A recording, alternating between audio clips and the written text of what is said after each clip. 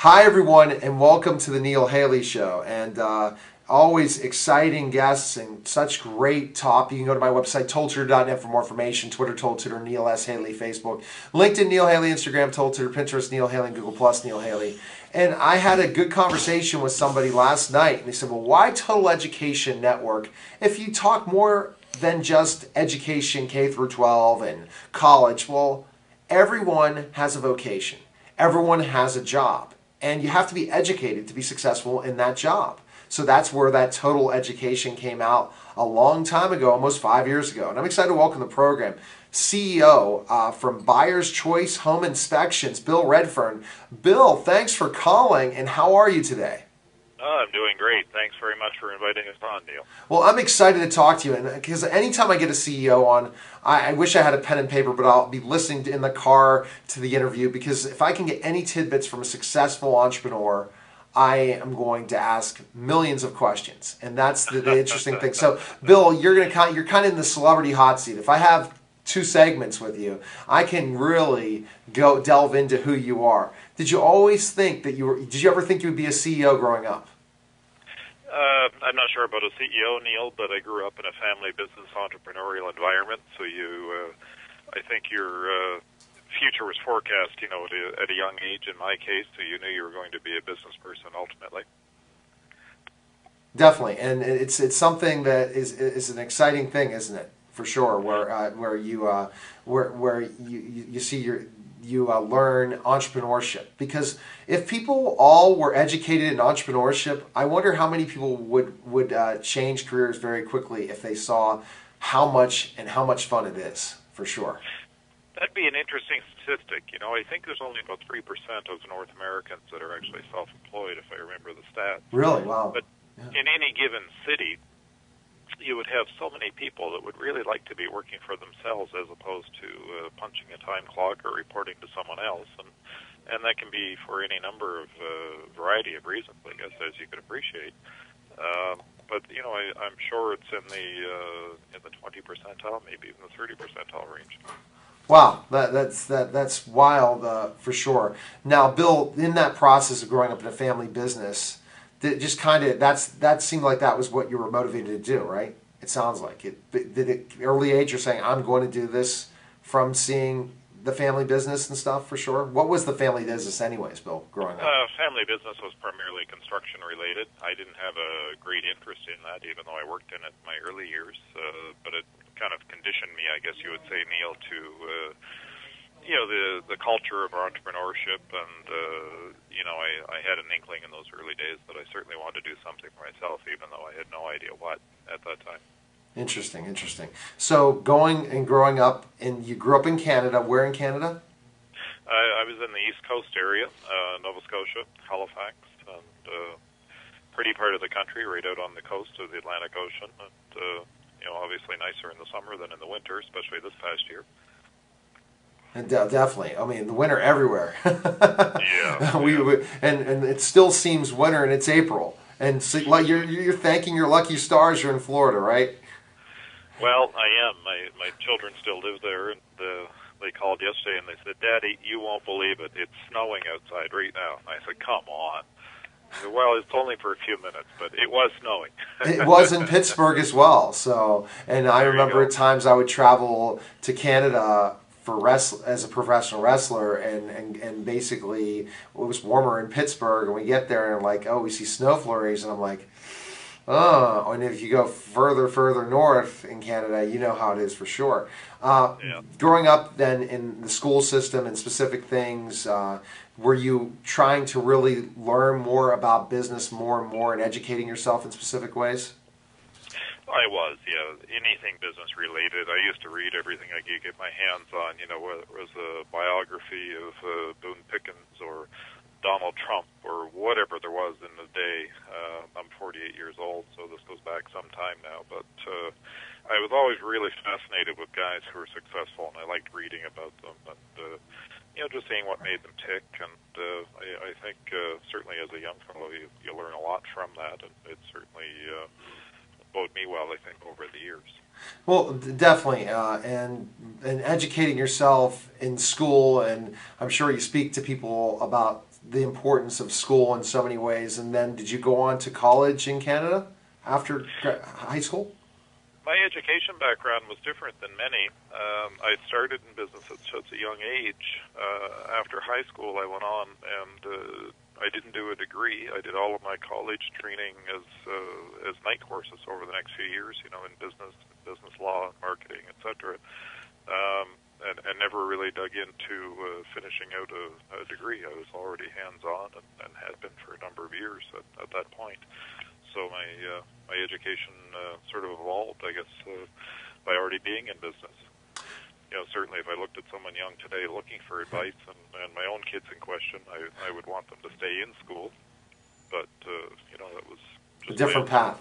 Different path. Yep. So you're educating yourself for the jobs that you want to do. So what was your first kind of entrepreneurial venture out of school, out of high school? I had an interest in real estate, Neil, right off the bat. Okay. And I bought my first small investment property, apartment building, in my late teens. I think I was 18 Wow. at the time. And, you know, I remember kidding with my dad about it. And, you know, I was just a young guy. I'd been working summers and saved some money, and I was kind of dreaming about, you know, buying this Jeep so I could take the top off and go to the beach. And he kind of said, you know, why don't, you know, you got a little bit of money saved up. Why don't you go buy a piece of real estate and let that pay for the Jeep for you? You know, it was kind of one of those pieces of advice that was funny at the time, but it stuck with me. And so the early years was just that. I would buy property, even though I didn't have any money, just, you know, kind of beg, borrow, and plead with the seller to hold a second mortgage and do whatever I had to do. And, you know, one of the funny stories was one of the first buildings I ever bought, I didn't have enough money in my pocket at the time to buy a coffee, but I just signed the mortgage and closed the deal, and away we went. So, and, you know, we'd fix them up and pretty them up and improve the rents and sell them and just carry on. And that just led into a long career that was really revolving around real estate, whether it was, you know, the brokerage and, you know, real estate sales, but, you know, continually developing and buying investment properties over the years was really my start. That's pretty neat, for sure, because when you're in that process of taking that chance, and you said your dad was not in real estate, so or maybe he did have real estate properties as well. Did you have experience in understanding what to do once you owned a property? Not really. I was too young in the years that they were around doing a little developing and building apartment buildings. But, you know, I saw a little bit of it. You know, when I was a kid, I was certainly on the roofs of lots of buildings with them and seeing the construction process. But in terms of operation, no, that was really a learn as you go, like it is for many. Learn as you go. That's a key component for sure in that process. So from real estate, when did you decide to start going into some more entrepreneurial ventures? And I think I'm already spotting this story. And then why I do this story is because it kind of feeds into understanding why you're a successful entrepreneur. You had to learn different skill sets that led you to more other opportunities and led you to certain things where you saw what were the headaches or different, what is a service out there that we need out there, that people need. And as an entrepreneur studying that, you look at that and say, oh, this seems like something I might be interested in. And that's what it sounds like in your journey, first buying real estate. What other entrepreneurial ventures after, you know, started buying properties? Well, you're exactly correct in your statement. And as I was buying properties and selling properties, as many people do, I came to the realization that I really didn't want to be paying realtors, you know, $10,000 or $12,000 commission on each property that we sold in those days. So I get into the real estate business as well. And, you know, that led to being involved with a RE/MAX office and then having my own office ultimately. But, you know, as a realtor and broker, and then continually still adding to our investment portfolio side of the business, that's really where the idea of the home inspection originated, you know, using the first inspectors of the day that I recall back in the late 1980s in the Canadian market, you know, for my own buying properties as well as on our customers' behalf that were buying properties. That led up into the early 90s, still doing the same functions on my part, real estate and the investment properties. But in terms of the home inspection where we are today, in the early 90s, we would only see a home inspection yield, you know, 3 out of 4 times out of 10 transactions. And we looked at it, and we looked at it very closely because it was a part of the transaction that was wide open. Yeah. And as a realtor and a buyer, it could cost you a lot of money down the line when you thought you bought something that was worthwhile. Then, if you would have inspected it, you would have said, "Let the buyer beware." In so many ways. Well, those inspections in those days left a lot to be desired, and the poor buyers would sometimes be frightened away from a property through, less than professional commentary, from the inspectors of the day who really did not operate to a unified standard. And as the realtors and brokers of the day, we would do damage control for the next couple of days, sometimes over inflammatory statements about a property, or the opposite of that, the less than desirable inspection that, omitted something critical. It cost, especially for first-time buyers that went into a property with no money, it would cost them an awful lot of heartache down the road. So that was the original thoughts of the home inspection franchise way back then, and having the exposure to RE/MAX, who's certainly one of the more successful franchisors, certainly in the real estate industry, but they were a great example. And that led on to the future thoughts of developing a home inspection company. And as we saw the industry gaining ground and gaining acceptance and utilization of the service, by the mid-2000s, there was really not any transactions that were happening on a regular basis that did not involve a home inspection. Definitely, and I think that the situation is that you invested in properties and you said, why did I do that? I just got the money pit. You remember the movie The Money Pit, I'm sure, as the real estate guy. I'm sure you saw The Money Pit, where you basically bought this home and it was a complete fiasco. And people lost. Had a few of them. Did you ever see The Money Pit? If you've not, that would be. I did. Yeah, you did. Okay. So it's interesting. Sometimes you talk to these guys and they don't know the pop culture of the day. But I think, Bill, you seem like the kind of person that is interested in many different things, especially when you were in Canada. What was going on, especially in the United States, with different pop culture. I could tell because you had to understand those things for sure. And through that process, you finally decided to buy another business. I think that you, as an entrepreneur, a successful entrepreneur, if they want to just not be a small business owner, Bill, they have to have multiple revenues. Do you agree? That if you stay small business and you have one thing, you need to have multiple revenue resources to keep it going, to look to grow, especially if you studied someone like Donald Trump. Well, that's an interesting thought. In the terms of developing a buyer's choice, the original thoughts were back 2004, 2005 as we started developing the company and the thought and doing the research and development. And from the beginning, it wasn't intended on being a small business, pigeonholed in Eastern Canada. It was designed from the beginning to be a franchise. And that's why I put so much research into it, Neil, at the time. We wanted to be able to duplicate a high-level service because even in those days, the industry really wasn't regulated to any extent. So, being a little bit old school, we wanted to offer a standard of customer service care that really wasn't happening and standardize that in a unified way. And we thought we could do that across North America fairly well. And we launched the program for franchising a buyer's choice in 2007 in the Canadian market. And the consumer acceptance and uptake of the service and just who the brand was and how we looked, how we acted, how it felt when they dealt with us was very favorable to the point that our franchise program, we were the largest in our industry. Oh, wow. A day Okay. less than 2 years into our franchise program. Fantastic. So definitely, Bill, when we get back, I want to talk about that and also partnering with Autism Speaks Canada because that's a big thing for me. I'm an educational advocate, work with families with autism all over the world, and definitely want to, for our listeners out there and viewers to understand that. So when we get back, more Total Education with the Neil Haley Show on the Total Education Network, and we'll be back in just a moment.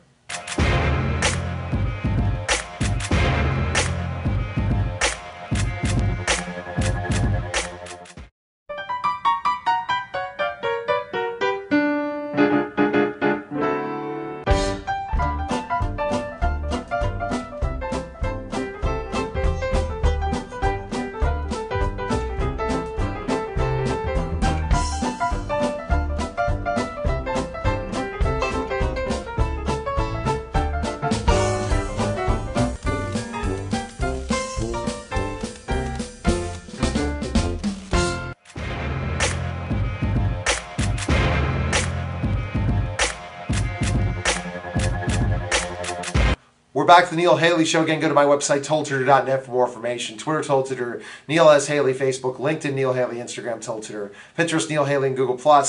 And I'm with Bill Redfern, CEO of Buyer's Choice Home Inspections. And so what you're telling me is, Bill, you had that business of home inspections. You saw specifically how there's a need all over the world for this. So then you got into the franchising route, saying, I could be this business in my area in Canada and have great success, but I want other people to see the business model I created and be able to do it for themselves as well, right?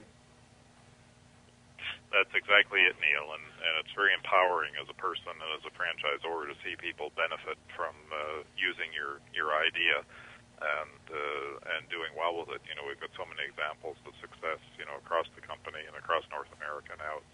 It's really quite heartening for us. Well, definitely, and that process for people out there that understand the franchising, if you have a brand name, and Buyer's Choice is becoming that brand name for home inspections because you differentiate yourselves from the competition. You knew that you can grow to a certain level, but you wanted other people in areas that you could visit and help and mentor, but not be hands-on all the time. So that's where this franchising idea came from, and saying now you can take what I've done and researched and shown as a proven business model and give other entrepreneurs that opportunity to do this. Plain and simple. You're exactly right. Franchising, Neil, is one of the few businesses where you can leverage that time and skill set where you have other entrepreneurs actually owning their own franchise, their own business.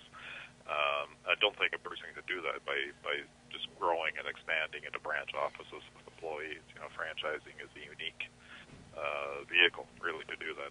Let me give you this example, and this is something where I might consider at one point my business, Total Tutor, be a franchise, or at least how I've created this business model individually, is that I couldn't expand to a point of employees all over the place because it's a service. A service-oriented field is so difficult to manage in an exorbitant way because you expect your home inspectors to provide the greatest service possible to their customers, not be ones that undercut people or overlook specific important things in that home inspection, but provide quality service. So by having and working with franchisees all over the country, that's a much better way of management and providing that product and service in a way that if you would decide just to open up offices all over the country, would they have your mission and vision, that your expertise that you have, Bill? No, not at all.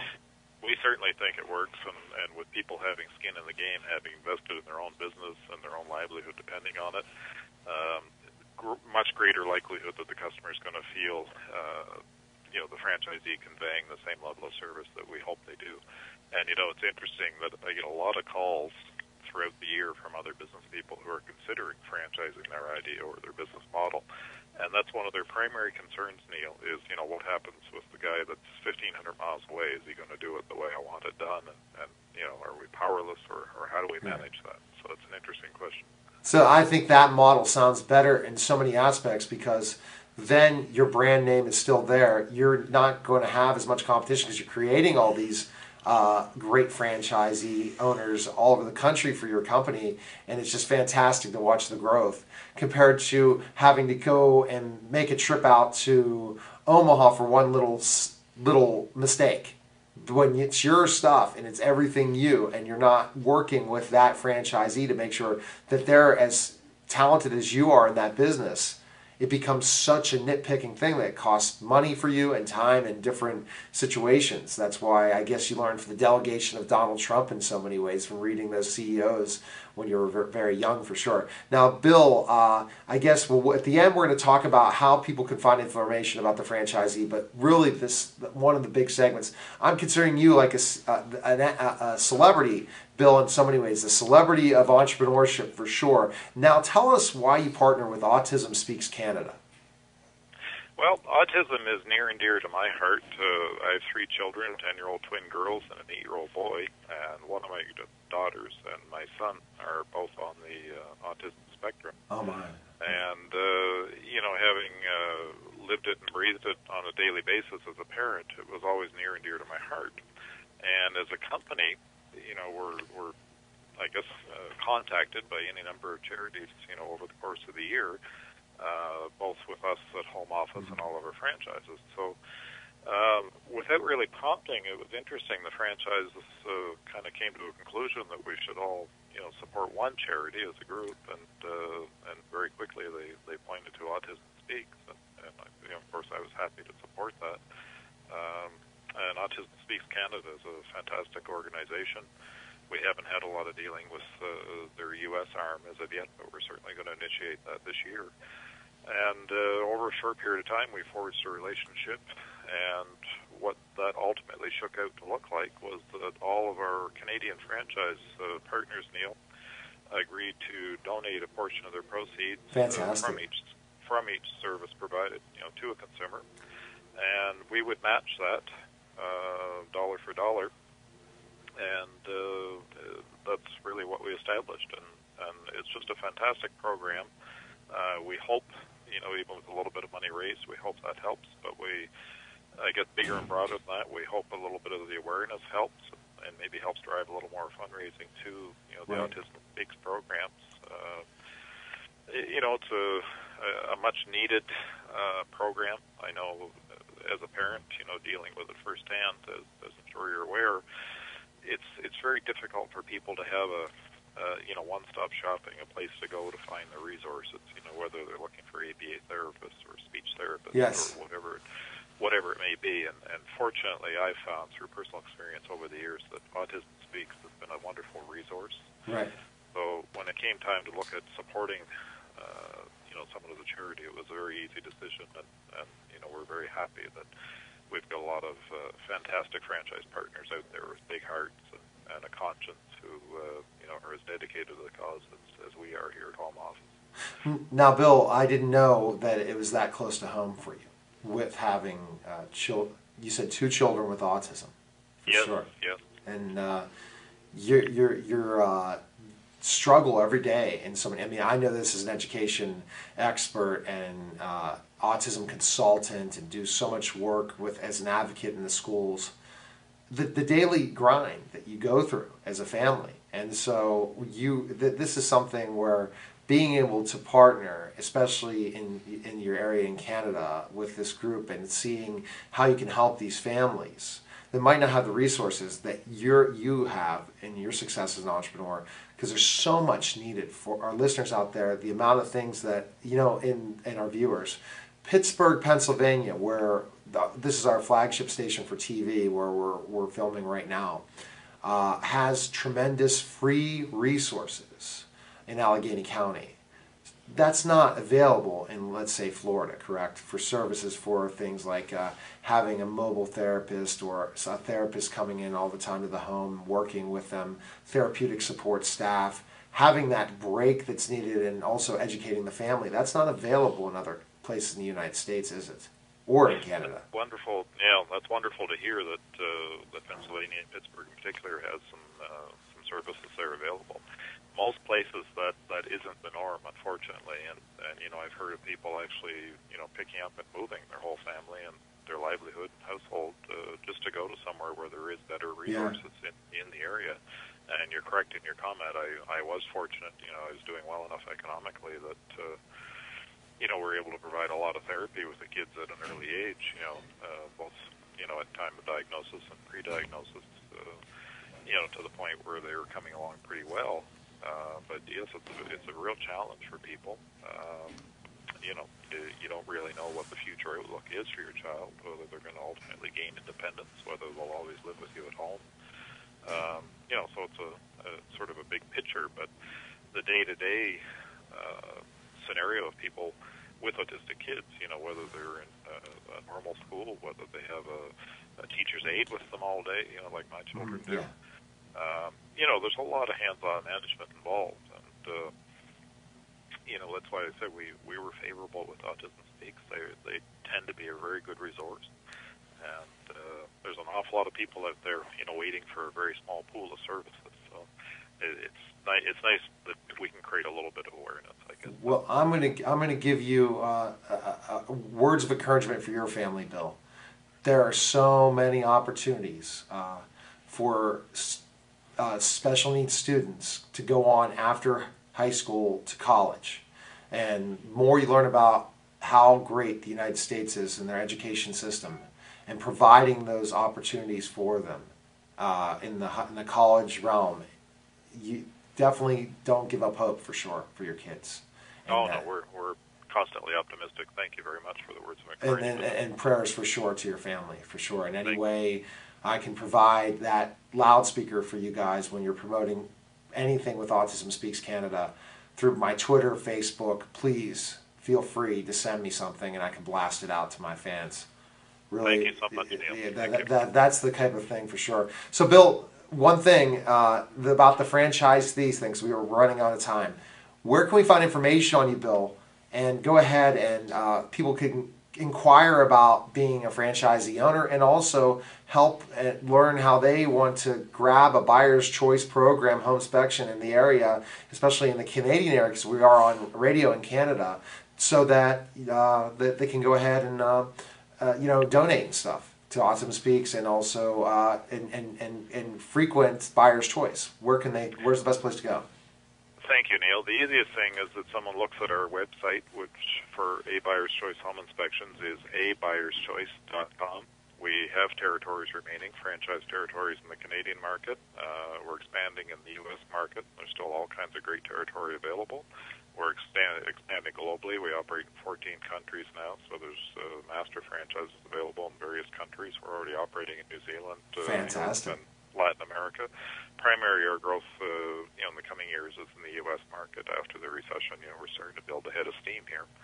And the Canadian market still has probably one-third remaining to be sold out, really.